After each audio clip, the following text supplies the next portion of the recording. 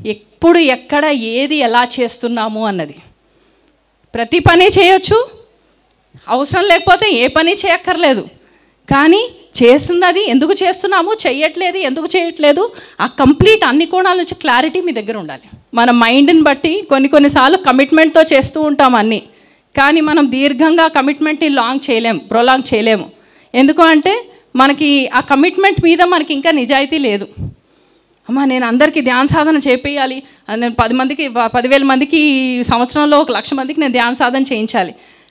4-5 ఒక 2,000-3,000 చేస్తారు, అక్కడ వరకు వెళ్తారు. వెళ్ళిన తర్వాత ఇంకా అవ్వట్లేదండి, ముందు ఏదో జన్మలో కర్మలు ఉన్నట్టున్నాయి అందుకే చేయలేకపోతున్నాను అంటారు. మనకు అర్థం కాకపోతే కర్మలు అని పెట్టేయకండి. కర్మ అంటే అదేం శిక్ష కాదు, ఓకే, శిక్షణ కూడా కాదు. యాక్షన్కి ఒక రియాక్షన్ ఉంటుంది అంతే. ఆ యాక్షన్ మనం కరెక్ట్గా అవగాహనతో చేస్తే దాని రియాక్షన్ గురించి కూడా మీకు భయపడాల్సిన అవసరం లేదు. ఓకే, పైన ఎక్కడ ఏం చిత్రగుప్తుడు లేడు రాసుకోవడానికి. Okay, so don't worry about that. So మనకి ఆ క్లారిటీ ఉండడం అనమాట.